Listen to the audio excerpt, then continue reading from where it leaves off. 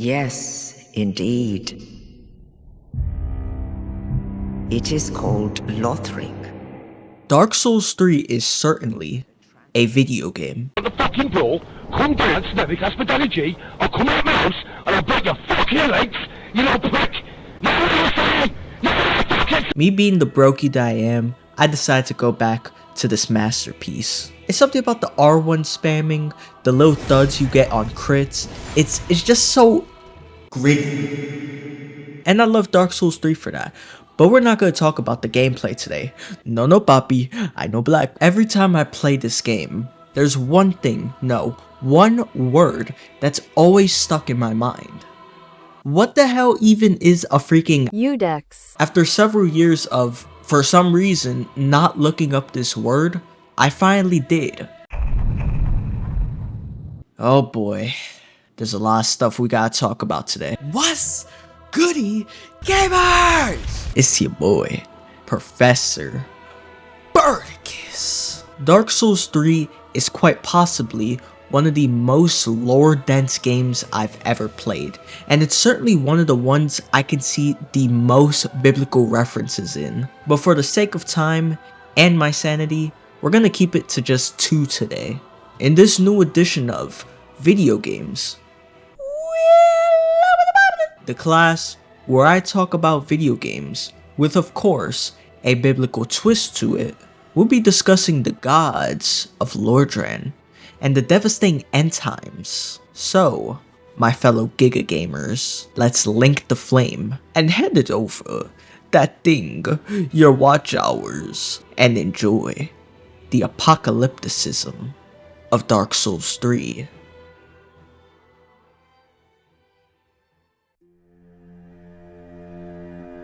Apocalypticism is the belief or doctrine concerning the imminent end of the world and an ensuing general resurrection and final judgment, as according to Merriam-Webster. Now, I partially agree with this definition for 2 reasons. I do believe that the end of the world will happen as outlined in the Bible when Jesus will return and establish his kingdom here on earth. However, I do not believe it is imminent. It's been close to 2,000 years since Jesus was last here on earth, and no end of the world has occurred yet, and it's unlikely that it will happen during our lifetime. Even the apostles at one point believed that the end of the world would happen when Jesus was right there with them. But the way they understood it was not that the world as we know it was coming to an end, but rather their age was coming to an end. And also that word apocalypse, or the word apocalypticism derives from, does not mean the end of the world as many people think it does, although it's not far from the truth. According to the etymology of the word apocalypse, from late 14th century, revelation, disclosure, from Church Latin apocalypsis, revelation. Now y'all could pause the video if you like, if you want to read the rest of it, but the most important part of it is that apocalypse means revelation. And what's the one book in the Bible under this title? Exactly, the last book. And if we go to Revelation 1:1, the revelation of Jesus Christ, which God gave unto him to show unto his servants things which must shortly come to pass, and he sent and signified it by his angel unto his servant John. That word revelation in the Greek is G602, apocalypsis. Sound familiar? It's spelled a little bit differently, but it means the same thing. From G601, disclosure, appearing, coming, lighten, manifestation, be revealed, revelation. So if you guys don't mind, Merriam-Webster, I like to slightly tweak around this word just to make it make more sense. Apocalypticism, the belief in which the things that Jesus revealed will happen. So now that we got all of this figured out, let's talk about this game.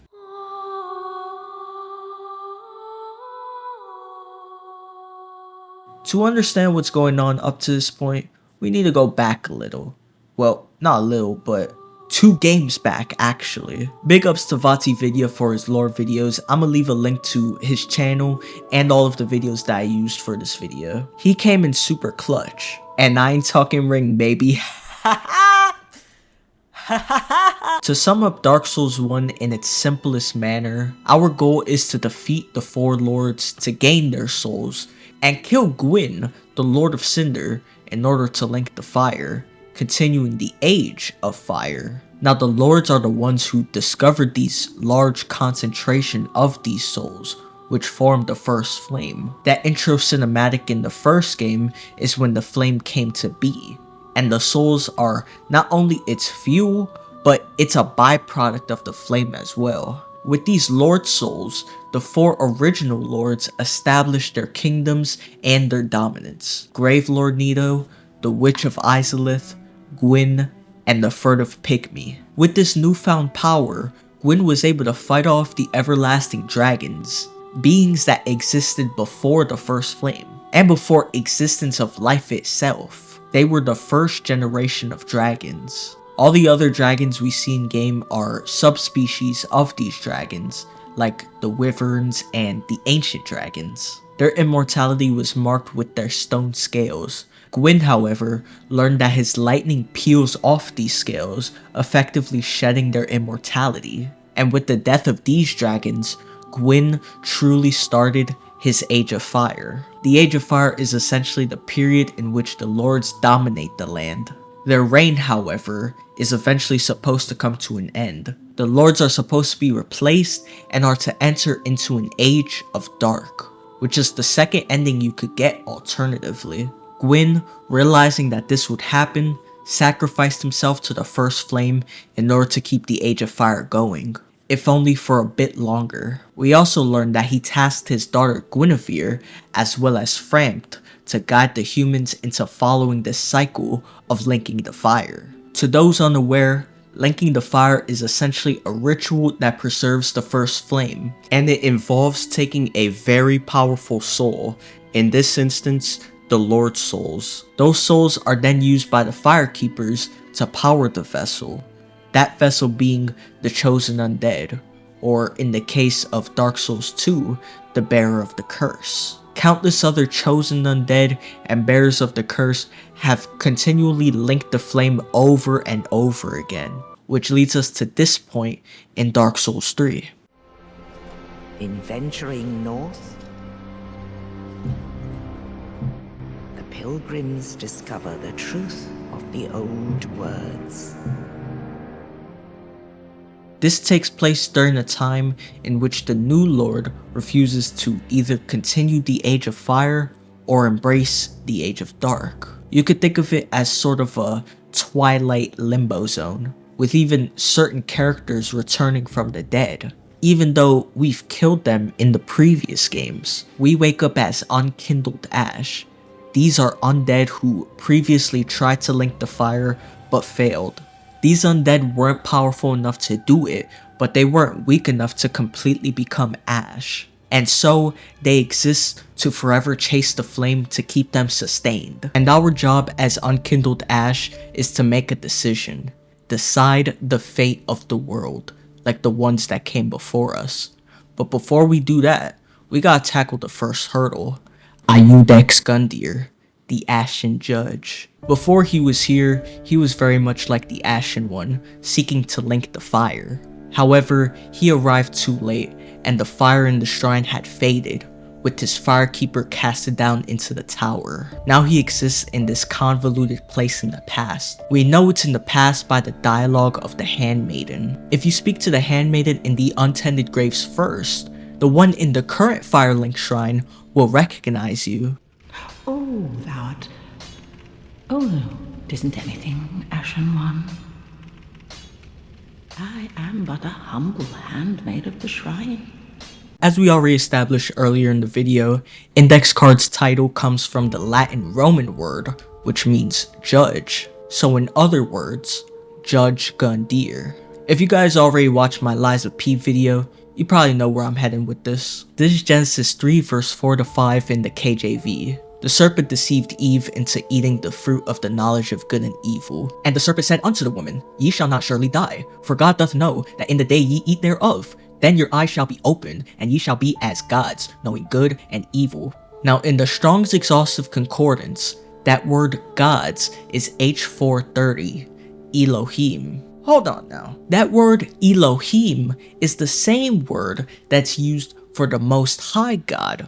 And if you notice, it says that this word is plural. The best way I can simplify this is, it's kind of like how deer in the English language is plural depending on the context. And that's how you know whether or not it's talking about God, the Most High.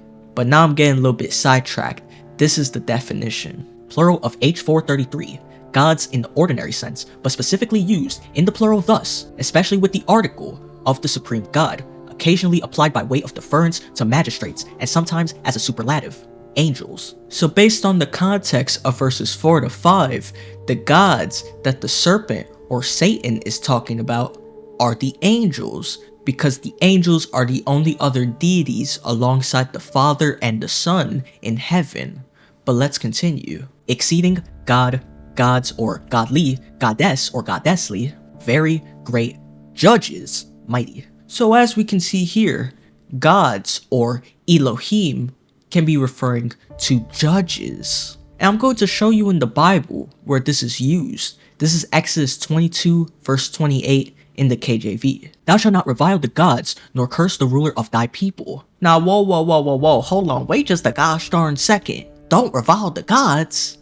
Who are these gods? If you look up this word in the Strongs, it's the same H430, Elohim. You see, many Christians believe that whenever the word gods is used, it's automatically talking about a demon or a false god. No, the context will let you know whether that's the case or not. Right here is an example of what's called parallelism. It's when similar grammatical structures are used to convey the same or related ideas. For instance, if you say something like, one small step for man, one giant leap for mankind, that's parallelism. The words revile and curse mean the same thing, blaspheme. They just have different words in the Hebrew that are being used. So by that logic, gods and rulers must be referring to something related since they are both the subjects in their respective rights. Now if you read this in other common translations, you won't get the exact meaning of what this is saying.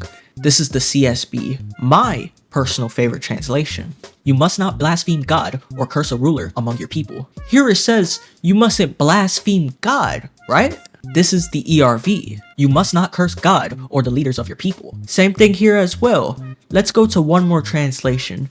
This is the Good News Bible. Give me that good news. Shout Elder Kev. Do not speak evil of God and do not curse a leader of your people. Now all the translations that I used here, as well as countless others, say the same thing or something along the lines of what I just read. And the thing is, it's not necessarily wrong, because I could show you in the Bible where if you speak against a leader or a prophet that God chose, you're really speaking against God. But I want to get a translation that's closer to what the KJV is saying. This is the Darby Bible, 1890 edition. Thou shalt not revile the judges, nor curse a prince amongst thy people. Says it right here in the book. Gods and judges, depending on the context of course, can mean the same thing. Let me read one more translation. This is the Geneva Bible. This Bible actually predates the KJV and the Douay-Rheims Bible. It also uses English spelling that was prevalent during that time, which is why you see the writing spelled incorrectly. That's just how many of the English words were spelt back then, and then it developed to how it is now. But I digress. Thou shalt not rile upon the judges, neither speak evil of the ruler of thy people. Now, I really like how it reads here, cause that means I can canonically say, I uges. But look, it says it right here too. Thou shalt not rile or revile the judges. So keep this in mind going forward. However you can remember it, gods can mean angels or judges. Only thing is, we're not supposed to worship these gods. You can even go a step beyond and say this also proves that the Israelites believed in more than one god. Okay, but I'm getting a little bit sidetracked. Let's get back to the video. After killing God Gundyr, aka Judge Judy, we obtain the Coiled Sword, a sword given only to chosen Ash. This was a test to decide if we were gamer enough to become a Lord of Cinder. Here in Firelink Shrine are 5 thrones, 4 of which represent a past Lord of Cinder: the Abyss Watchers, Aldrich, Yorm, and Ludlith. The centermost throne is reserved for a new lord to supersede, Prince Lothric. However, due to his refusal to link the flame, the previous lords have woken up from their slumber to link the flame once again. And our challenge becomes clear. If we are to link the fire, we have to gather the ashes of the Lords of Cinder. Now, I could yap about every single boss's morning routine to show how they all connect back to each other, but that would take too long. I do, however, want to talk about a concept that's been here since the first game: the gods. The presence of gods since the first age have been prevalent since the beginning. And Orlando, this beautiful city in which Gwyn, as well as his children, are worshipped as gods. And the main reason for this is because of his Age of Fire and his dominion over Lordran. There's another character in Dark Souls 1 named Evlana, who is given this godhood as well, but she's nothing more than a legendary bowwoman, whose story was twisted so much she was turned into a god. In Dark Souls 3, we can teleport to the best secret area in all of FromSoft, Archdragon Peak, where the firstborn of Gwyn resides, the Nameless King. Armed with his great spear and a freaking dragon, even he is worshipped as the god of war.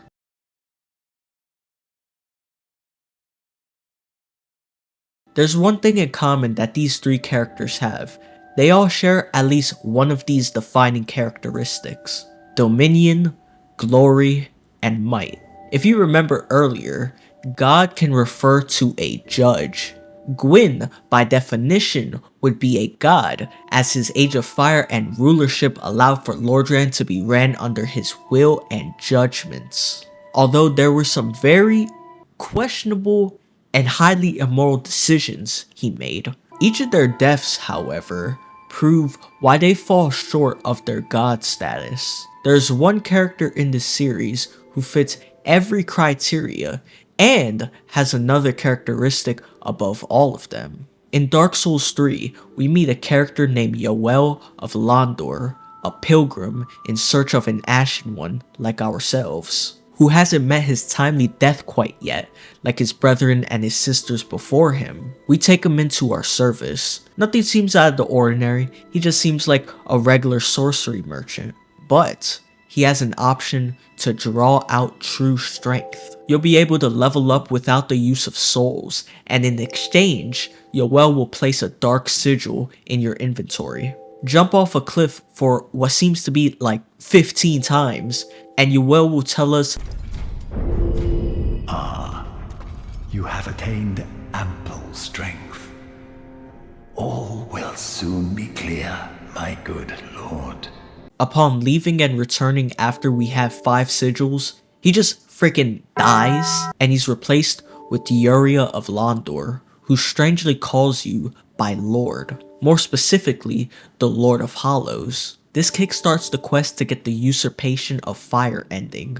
In this ending, you subsume the fire and lead the Hollows into a new age as the Lord of Londor. Dominion, glory, and might. But there's one other thing that we, the Lord of Hollows, have that is most intriguing: immortality. It's no secret that the Ashen One is undead. Death is not simply just a gameplay mechanic, it has lore tied to it. You are immortal in the sense that if you don't give up, and you become the Lord of Cinder, or the Dark Lord, or the Lord of Hollows, you only ever truly become hollow if you lose your purpose in the world. You only become hollow if you give up, if you cannot surmount that boss that's giving you trouble, if you cannot get that stupid freaking Dark Moon blade. Like, why is the drop percentage on these things so freaking low? This reminds me a lot of something that I learned in the Bible quite recently. In my Lies of P video, I briefly mentioned that Adam and Eve, before their fall, were gods. And we know this because, using a little bit of critical thinking, they were immortal because they hadn't sinned yet. And they had dominion over the animals. Now, what I'm about to say might raise some eyebrows, but I got the scriptures with context to back up what I'm about to say. So just hear me out. If you are a Christian and you die in righteousness, in the millennium reign of Jesus, you will become a god. Now, like I said earlier, you need to allow me to explain myself before y'all jump to conclusion. Shut up! So yeah, let me show y'all what I'm talking about. This is Genesis 1 verse 26 to 27 in the KJV. And God said, "Let us make man in our image, after our likeness, and let them have dominion over the fish of the sea, and over the fowl of the air, and over the cattle, and over all the earth, and over every creeping thing that creepeth upon the earth." So God created man in his own image, and in the image of God created he him. Male and female created he them. Now, some people use this as a proof text to show that God is a trinity, or that just God the Father and God the Son are gods, or that only the Father is God, and the us that's being talked about is the angels. This verse, however, as we'll see later, is talking about God the Father, God the Son, and the angel gods, or as this book calls them 2 chapters later, Elohim. Man was supposed to have dominion and authority over all the animals. One thing that makes God, God, is his authority. Using a little bit of common sense, this decision to make humans in God's own image was agreed upon by a collective. Let's go to the Apocrypha now. This is Wisdom of Solomon. And yes, this is Bible. This was in the Greek Septuagint. The same Greek Septuagint that Jesus and the apostles used for their teachings. Jesus quotes from the Apocrypha multiple times in the New Testament, but this is Wisdom 2 verse 23 to 24. "For God created man to be immortal, and made him to be an image of his own eternity. Nevertheless, through envy of the devil, came death into the world, and they that do the hold of his side do find it." This straight up tells us that based on the way that the Hebrews understood it, God created humans to be immortal. We were created to be eternal like God. Satan was envious of God's creation and caused man to sin, and therefore making us mortal beings. Using some more common sense again, if you have an immortal or eternal body, and you have the likeness of God's literal form, and dominion over the animals of the earth, that makes you God. These are attributes of the Most High God. Let's go 1 chapter back and read 13 to 16. "For God made not death, neither hath he pleasure in the destruction of the living." So verse 13 doesn't literally mean that God didn't create death. What it's saying is that God didn't intend for death to be a thing, nor does he pleasure in killing people. "For he created all things that they might have their being, and the generations of the world were healthful, and there is no poison of destruction in them, nor the kingdom of death upon the earth." It even says right here that not even poison was a thing either. I just finished watching Breaking Bad. Y'all know about ricin? Yeah, that's right.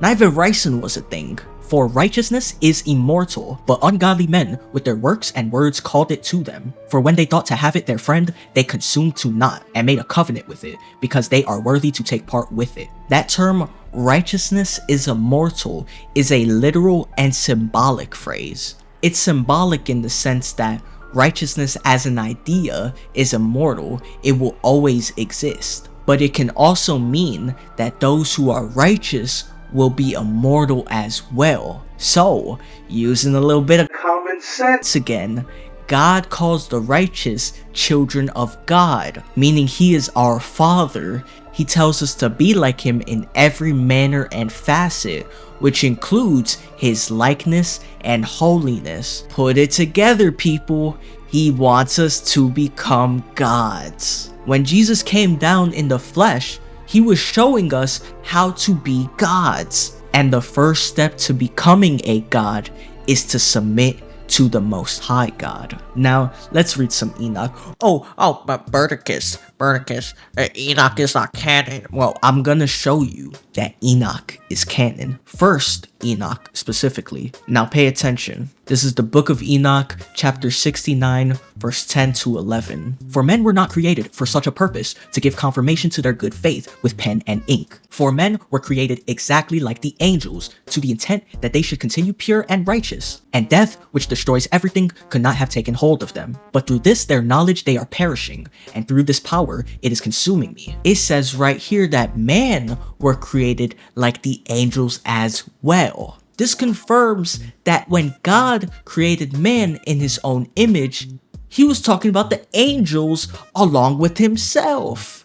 God intended for humans to be pure and righteous like the angels. And I get some people be like, oh, the book of Enoch is in scripture. Well, I'm about to show you right now that even Jesus quotes Enoch. This is Luke 20, verse 34 to 36. Now for context, in verses 27 to 33, the Sadducees are denying the resurrection.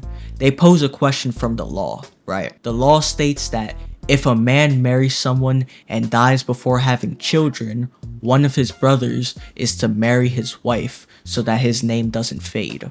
Their question is essentially, if a man has multiple brothers and he dies before having children and all his brothers die in the same manner and his wife dies too, which brother will the wife belong to? And this is Jesus' response. And Jesus answering said unto them, the children of this world marry and are given in marriage, but they which shall be accounted worthy to obtain that world and the resurrection from the dead, neither marry nor are given in marriage, neither can they die any more. For they are equal unto the angels and are children of God, being the children of the resurrection. In the resurrection, there will be no more marriage, no more husbands and wives, because gods or angels cannot marry. They are equal to the angels. And did you notice something? That's right. Jesus was quoting Enoch 69. When animals reproduce, they always make a copy of themselves. For example, dogs always create another dog. Cows always make another cow. Humans always create another human. So, using the same logic, if God creates something in his own image, it's going to be God. This is Psalms 8 verse 3 to 5. When I consider thy heavens, the work of thy fingers, the moon and the stars, which thou hast ordained, what is man, that thou art mindful of him, and the son of man, that thou visitest him? David is asking God a question here. When I look at the heavens and the work of your hands, what is man compared to all of this? David is using poetic language to say that he feels insignificant compared to everything that God has created. He's essentially asking God, why are we so important? But notice what it says in verse 4. It says, what is a man that thou art mindful of him, and the son of man that thou visitest him? That's another instance of parallelism. It's referring to the same thing, the sons of man, or Adam, because that's what Adam means, man.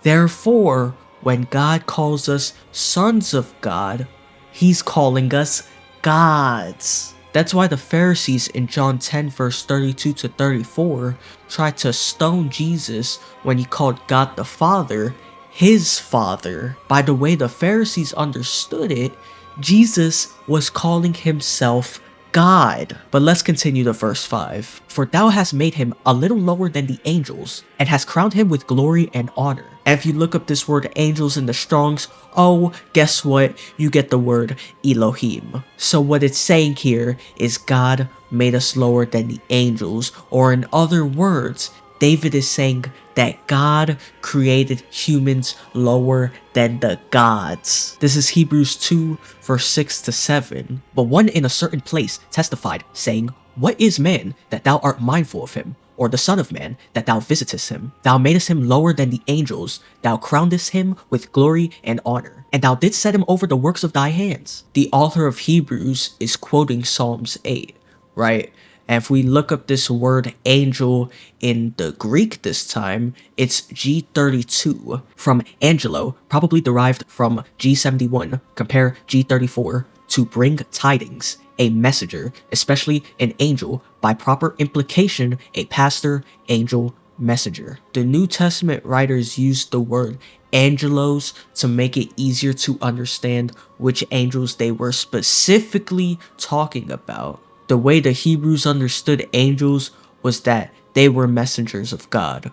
Because angels are gods and God Almighty made us to be equal to these angels, we're supposed to be gods. The whole purpose of the resurrection plan is to make us gods again. This is Psalms 97 verse 7. Confounded be all they that serve graven images, that boast themselves of idols. Worship him, all ye gods. Confounded in this verse just means ashamed. But who are these gods that's being talked about in this verse? Let's read this in the Septuagint. Let all that worship graven images be ashamed, who boast of their idols. Worship him, all ye his angels. And it straight up says angels in the Septuagint. Why does it say that? Because the Hebrews understood that angels meant gods. And if you read Psalms 138 and 1, gods is translated as angels in the Septuagint. We gotta start calling a spade a spade.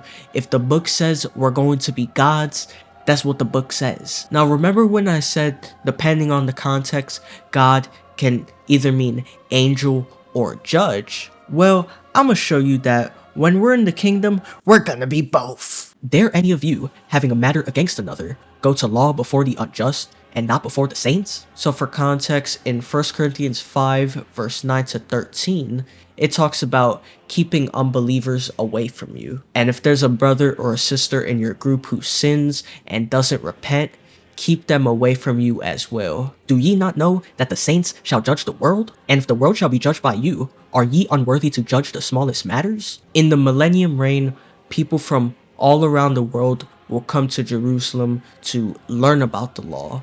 And we, the saints, will be the ones to judge them. That's right, ladies and gentlemen. I'm Iudex, you're Iudex, he's Squidward, you're Squidward, I'm Squidward. Know ye not that we shall judge angels? How much more things that pertain to this life? It says here, we will even judge the angels. If we're going to have the ability to judge these angels, that means we'll have some sort of authority over them. So using a little bit of common sense again, if we're going to be judging these angels who are gods, wouldn't that make us gods as well? Even a higher rank of God than them? This is the last one for now. This is John 17 verse 4 to 5. I have glorified thee on earth. I have finished the work which thou gavest me to do. And now, O Father, glorify thou me with thine own self, with the glory which I had with thee before the world was. The glory that Jesus had before the world was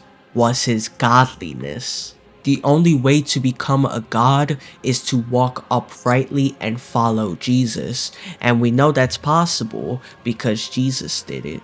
With that being said, we're not supposed to worship the lesser gods or angels that God created. All of our worship is to be directed towards Jesus or the Father. And when we do become gods in the millennium reign, we aren't to accept worship from mortal beings that survived. I'm gonna get a bit Matt Pat on you guys for a sec. Trust me. This is a good one.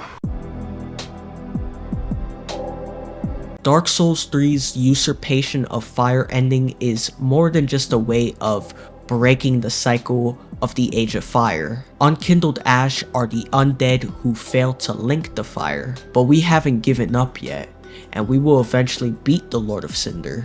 Your dominion over those hollows, the glory you receive from them, and the might from not only all the souls you've gained in your countless battles, but the dark sigils you claimed from other powerful hollows like Anri, in order to claim the first flame. Wait, hold up just a sec. In order to claim the first flame.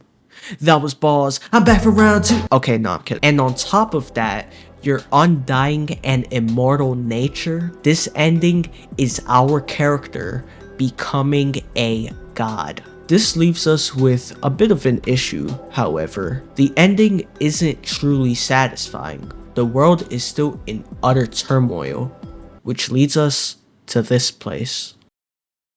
Merciful Goddess, mother of the forlorn who have no place to call their own.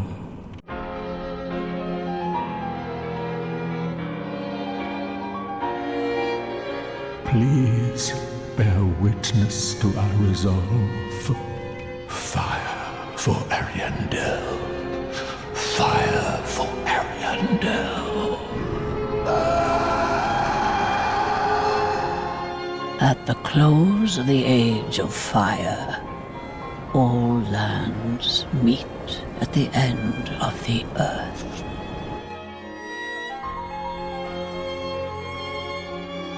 Great kingdoms and anemic townships will be one and the same. The great tide of human enterprise, all for naught. Hand it over, that thing, your dark soul. For my lady's painting. This must be what it's like to be a god.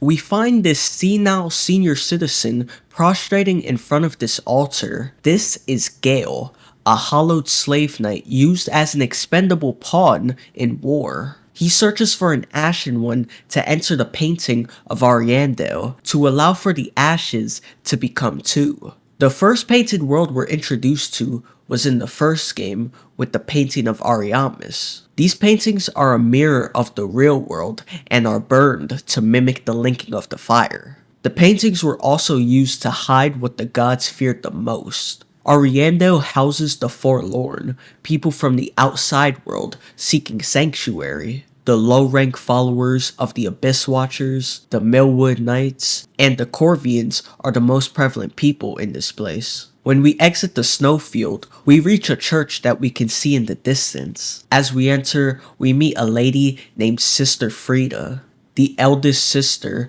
to Yuria. She tells us to leave Ariandel before giving us a ring as a memory of this place. However, if we choose to go against her wish for us to leave, the story of this place becomes much more disturbing. It gets me every single time. Sister Frida wishes for the painting to continue to rot, and she has convinced Father Ariandel to let this place be. But the lesser Corvians want the painting to burn so that the rot will go away. The Corvian knights all around the area became so infatuated with Sister Frida's plight to let the painting rot that they began murdering the rest of the Corvians, as well as anyone with a slight hint of flame in them. They fear us because the tales say that it's the second ash that will bring the flame.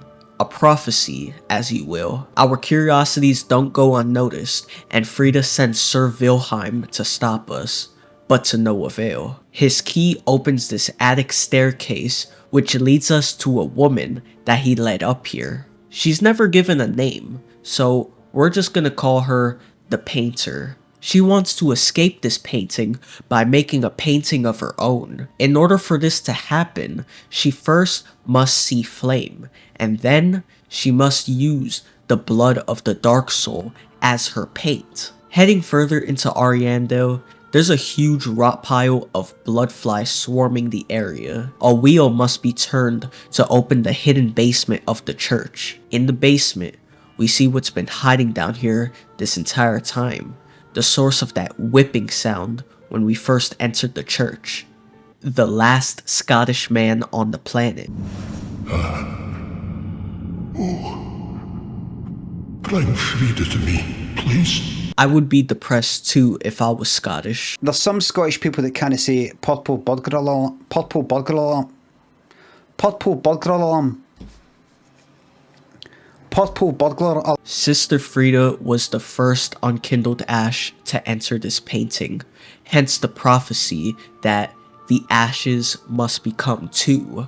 But instead of seeking flame, she chose to accept the rot. The giant basin that Ariandel is holding contains the flame, but he sheds himself with a flail and his blood keeps the fire suppressed. As much as I want to go in depth about this fight itself, that would just take too much time. We eventually defeat Sister Frida and meet the first requirement for the painter's plan to make a new home. She leaves us with one last piece of dialogue for now. Uncle Gale has gone to seek the pigment of the Dark Soul. In the basement, there's a bonfire that transports us to the Dreg Heap, the same general area where the last showdown with the Soul of Cinder is, only further ways down. This entire area is the result of the closing of the Age of Fire. The world is quite literally collapsing in on itself. We even see some familiar places. What's up, Earthen Peak? At the depths of the Dreg Heap,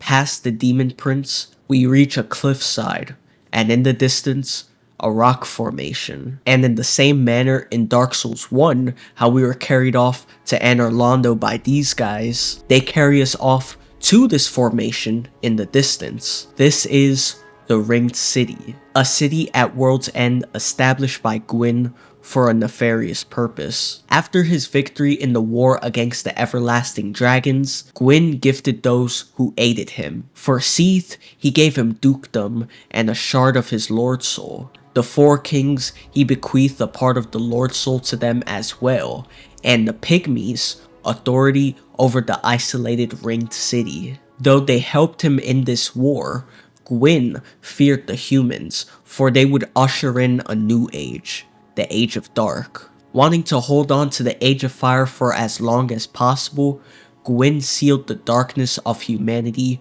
with the Ring of Fire, the Dark Sign. The sign would soon appear on humans and eat away at their souls until they became hollow. And this event in history would be known as the First Sin. The Ringed City's purpose was to keep the humans and the Pygmy Lords imprisoned, as well as their Dark Soul. At the heart of it all, a church. Here, we find Gwyn's slumbering daughter, Filianor, and touching the egg that she cradles, fast forwards us to a land we were once in, only this time, it's covered in ash. I love this scene. When you guys originally saw this area, you were probably in awe just like me. You probably used words like destructive to describe the state of this place, maybe hopeless, or perhaps even...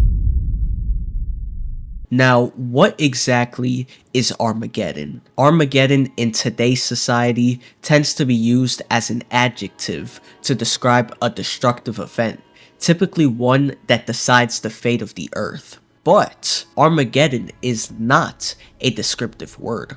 I'm going to show you that Armageddon is actually a literal place where a battle is going to occur. This is Revelation 16, verse 12 to 16. And the sixth angel poured out his vial upon the great river Euphrates, and the water thereof was dried up, that the way of the kings of the east might be prepared. In verse 12, miraculous events are beginning to occur again, and the Euphrates is going to dry up. Verse 12 finishes with, that the way of the kings of the east might be prepared, meaning that this is taking place in the east, or the Middle Eastern region of the world. And I saw 3 unclean spirits like frogs come out of the mouth of the dragon, and out of the mouth of the beast, and out of the mouth of the false prophet. John in the book of Revelation often referred to demons as animals, or he likened them unto animals. The beast that's mentioned in verse 13 is not a literal beast, but rather it's the Babylonian system that's going to be coming with the false prophet. For they are spirits of devils, working miracles, which go forth unto the kings of the earth and of the whole world, to gather them to the battle of the great day of God Almighty. Right here it says that the devils that come from the dragon will be able to perform miracles. Behold, I come as a thief. Blessed is he that watcheth and keepeth his garments, lest he walk naked and they see his shame. Verse 15 is letting the reader know that this event is linked with Jesus' second coming. Jesus is saying that his return will be unexpected. But watch what verse 16 says. And he gathered them together into a place called in the Hebrew tongue Armageddon. Now as it says right here, this war will happen in a place called Armageddon. Now if we go to the Strongs, this is what the definition reads in the Greek. This is G717, Armageddon, of Hebrew origin H2022 and H4023, Armageddon or Har-Mageddon, a symbolical name, Armageddon. In the Strong's Concordance, it says that it's only a symbolic name, but it comes from two other Hebrew words, so let's check that out. This is H2022. The word is Har, a shortened form of H2042, a mountain or range of hills, sometimes used figuratively.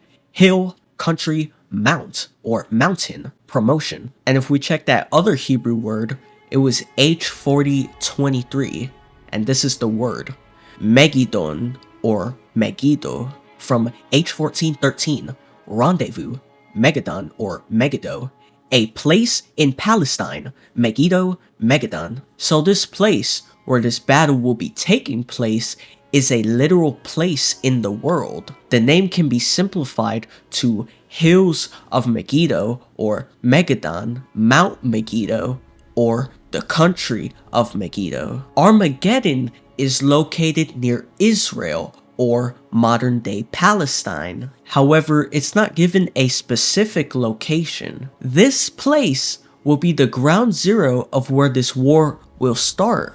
But let's go even deeper. This is the word Armageddon in the Smith Bible Dictionary. Armageddon, the hill of Megiddo, or the city of Megiddo. The scene of a struggle of good and evil is suggested by that battlefield. The plain of Esdraelon, which was famous for two great victories, of Barak over the Canaanites and of Gideon over the Midianites, and for the two great disasters, the death of Saul and Josiah. Hence it signifies, in Revelation, a place of great slaughter, the scene of a terrible retribution upon the wicked. The Revised Version gives the name as Har-Mageddon, that is, the hill, as Ar is the city of Megiddo. Armageddon refers to either the hills of Megiddo or the city of Megiddo. Now, some people may use the argument that Armageddon can't be a literal place if it doesn't have a mountain where it is. But here it says it could either refer to hills or a city. And the crazier part about that is, in the Hebrew, hills and mountains are the same thing. It's in the English language where we've differentiated the words to make hills smaller and mountains bigger, but according to the Hebrews, mountains are just really big hills. As I stated previously, it's not entirely wrong to say that Armageddon is a place of disaster, because many tragedies have occurred here, but it's still a literal place. This is the word Megiddo in the Smith Bible Dictionary. Megiddo, place of crowds. Now in the Smith Dictionary, they did make a mistake in calling it the place of crowns when it should be the place of crowds. One of the Hebrew definitions of the word is rendezvous, which means to gather at an appointed time. Furthermore, the root word for Megiddo is H1413, godhood, which means to crowd. But I digress. Megiddo was in the very marked position on the southern rim of the plain of Esdraelon, on the frontier line of the territories of the tribes of Issachar and Manasseh, 6 miles from Mount Carmel and 11 miles from Nazareth. It commanded one of those passes from the north into the hill country, which were of such critical importance on various occasions in the history of Judea. The first mention occurs in Joshua 12:21, where Megiddo appears as the city of one of the kings, whom Joshua defeated on the west of the Jordan. The Song of Deborah brings the place vividly before us as the scene of a great conflict between Sisera and Barak. When Pharaoh Necho came from Egypt against the king of Assyria, Josiah joined the latter and was slain at Megiddo. Megiddo is the modern El Legion, which is undoubtedly the Legio of Eusebius and Jerome. There is a copious stream flowing down from the gorge and turning some mills before joining the Kishon. Here are probably the waters of Megiddo of Judges 5 verse 19. This is the geographical location of Armageddon. Now, note that as time changes, borders and territories change between countries, but the general location is near what used to be the territories of Issachar and Manasseh, Mount Carmel, and Nazareth. This place was always associated with war, as it is first mentioned in Joshua 12:21. But in short, Megiddo or Megadon is in Israel or Palestine, and every time it's mentioned, it's associated with battle. And that's because Israel is trying to regain control of this zone and the holy city of Jerusalem. And that's the exact same thing that's going to happen in the end times. This is Joel 3 verse 1-2. For behold, in those days and in that time, when I shall bring again the captivity of Judah and Jerusalem, I will also gather all the nations, and will bring them down there into the valley of Jehoshaphat, and will plead with them there for my people, and for my heritage Israel, whom they scattered among the nations, and parted my land. God will be gathering Israel and the other nations into this valley, and he will plead with them. That word plead in the Hebrew is 8199, shafat, and it means to judge. So he's going to be judging these people. This is a future event because Israel and Judah and the other nations were not gathered into the valley of Jehoshaphat yet. We also know that this is a future prophecy because the entirety of Israel will be dwelling in the land of Jerusalem. So in other words, God will be judging the nations for their iniquities against Israel. We're going to skip down and read verse 9. Proclaim ye this among the Gentiles, prepare war, wake up the mighty men, let all the men of war draw near, let them come up. Back in verses 1 and 2, we read that the nations were gathered into this valley. Now it continues on and says that there will be a war here. Now, if you remember in Revelation 16, it says God will gather these people into this place, Armageddon. Connecting these two scriptures together shows us that Armageddon must be in the same general area as the Valley of Jehoshaphat, because both Joel and Revelations are talking about future events that have yet to happen yet. God is calling out the Gentiles to prepare for war, but in Revelation, Jesus is the one that's saying these things, which is more evidence to show that Jesus is the God of the Old Testament. This is verse 10 and 11. Beat your plowshares into swords and your pruning hooks into spears. Let the weak say, I am strong. Verse 10 is saying everyone will be fighting, because these people are turning their plowshares into swords or their farming equipment into weapons, meaning that even farmers will be a part of this battle. Assemble yourselves, and come, all ye heathen, and gather yourselves together round about. Thither cause thy mighty ones to come down, O Lord. It says right here that they will be assembling themselves at this valley, both the Israelites and the heathen. As the Smith Bible Dictionary says, Megiddo is the place of crowds. So this must be talking about the same place. That's why it's called Armageddon, because the Israelites and the heathen are gathering to that place for battle. And this isn't just some random place either. Megiddo is known for war. Taking it back to Dark Souls 3, if you notice, as soon as we leave Filianor's room, we're greeted with this large sand dune. A hill, as you will. If you remember earlier, the Hebrews consider hills and mountains to be the same thing. Armageddon can also either refer to the hills or the city of Megiddo. And where does this area lie? Right above the ringed city. As we move closer to the deeper part of this hill, we see a disfigured pygmy lord crawling away. The Red Hood is after them.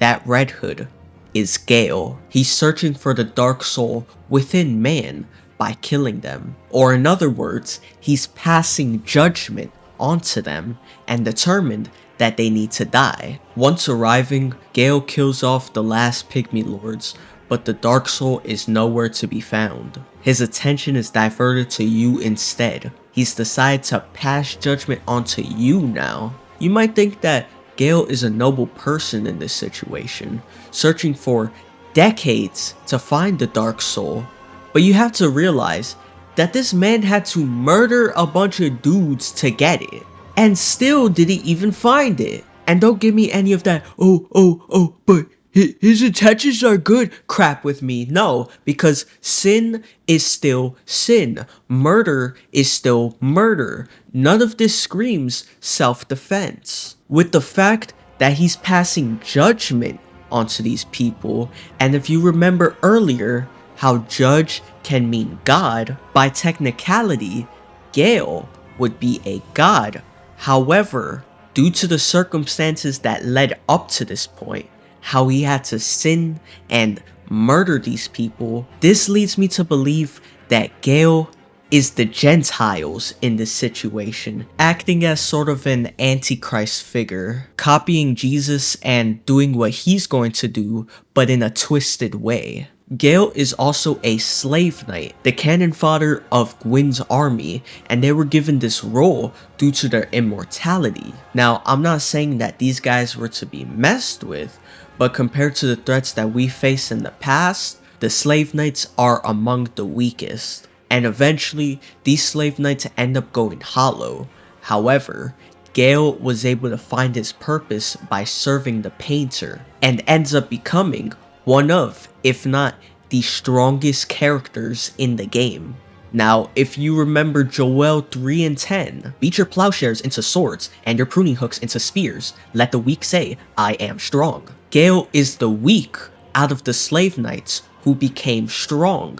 And if you read Revelation 19 verse 17 to 18, and I saw an angel standing in the sun, and he cried with a loud voice, saying to all the fowls that fly in the midst of heaven, come and gather yourselves together unto the supper of the great God. For context, verse 14 and onwards is talking about the same place, the same battle, Armageddon, and what's going to happen when this battle pops off. That ye may eat the flesh of kings, and the flesh of captains, and the flesh of mighty men, and the flesh of horses, and of them that sit on them, and the flesh of all men, both free and bond, both small and great. Now, I know y'all struggle reading one full page of a H.P. Lovecraft book, so let me read this in a version that sounds more like Diary of a Wimpy Kid. This is the ERV. Come together so that you can eat the bodies of the rulers and the army commanders and the famous men. Come to eat the bodies of the horses and their riders and the bodies of all people,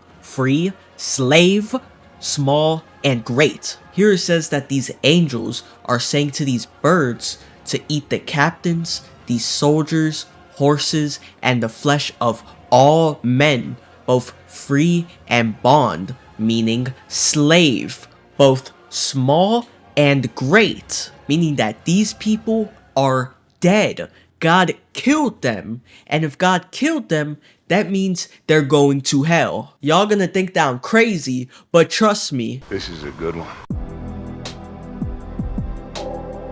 Gale is a slave knight. Not only is he a slave knight, but as we've seen, this man just murdered a bunch of old dudes to get the Dark Soul. Even if you make the argument that he's doing this for his lady's painting, he's still a murderer. When you get to his second phase, he realizes that the blood of the Dark Soul was within him the whole time, and he finally becomes hollow. And in his third phase, he begins fighting like a crazed maniac and cannot be reasoned with anymore.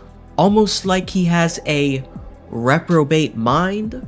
Gale represents the Gentile nations, and we, the unkindled ash, are putting an end to his wickedness. We are the Israelites that are putting an end to his killing spree. The Battle of Armageddon, as well as the global scale battle that takes place, is the last battle before we enter into the 1,000-year reign. When you kill Gale and receive the blood of the Dark Soul and give it to the painter, she tells you she's going to make a new world, which is a cold and gentle place.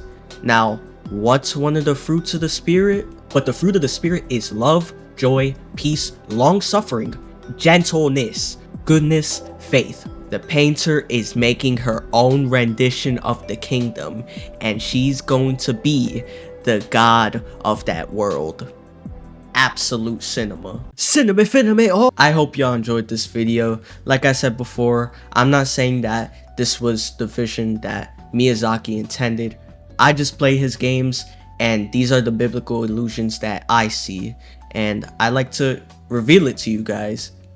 I like to apocalypse it to you guys. First of all praises to the Most High and Lord Jesus for the continued success on this channel. And thank you guys so much for the recent support on my last video. I cannot express how grateful I am for just the amount of support that I've received. Thank you guys. Now, if you notice, I kept the lore in this video very broad. I wasn't really able to go too in depth on it because of time. So again, make sure y'all check out Vaati's channel for the deeper dives into the lore of not only Dark Souls 3 but all the FromSoft games. I know I probably left out some important bits of certain characters and the story, but he just does a way better job at explaining everything. If you enjoyed this video, make sure you like, subscribe, share it with a friend. Cash App's right here if you wish to support me directly. And before I go, make sure y'all check out my second channel. I was thinking about doing some side content, like just, you know, let's plays and just regular gaming content, you know. I know I take a long time to make these videos, and that's because they take a long time to make, you know. So I want to give you guys something in between those times. So I'm planting my foot down and I'm making a second channel, and I'm gonna try to be a little bit more dedicated. And yeah, that's about it. This is your boy, Professor Berticus.